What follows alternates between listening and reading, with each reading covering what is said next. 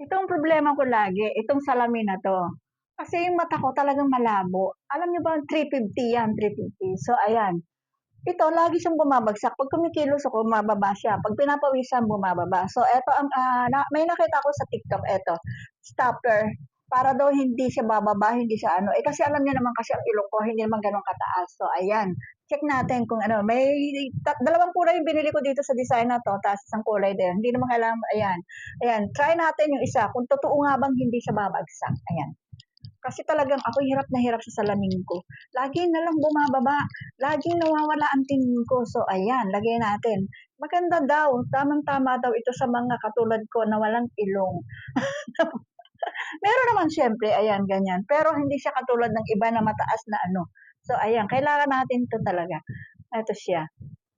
Ayan, oh, ayan, stopper siya. Ayan.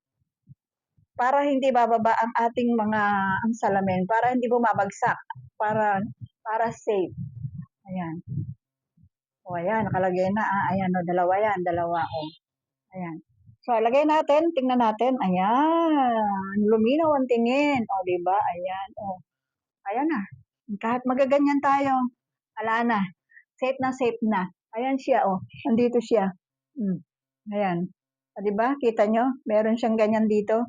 Merong ano dyan, sa likod ng tenga.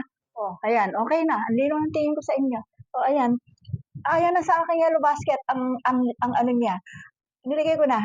Kayo na bahalang tingin kung magkano. Ayan. At na, sa labo ng mata ko, hindi ko na nakita kung magkano ang binili ko. Basta ayan, binayaran ko na lang siya. Ayan, o, diba? Check nyo na lang kung anong gusto nyo. Kung ito o ito. Pareho din yun. Stopper din. Check nyo aking yellow basket and bili na kayo para hindi babagsakan na yung salamin. Tulad nito. Ayan.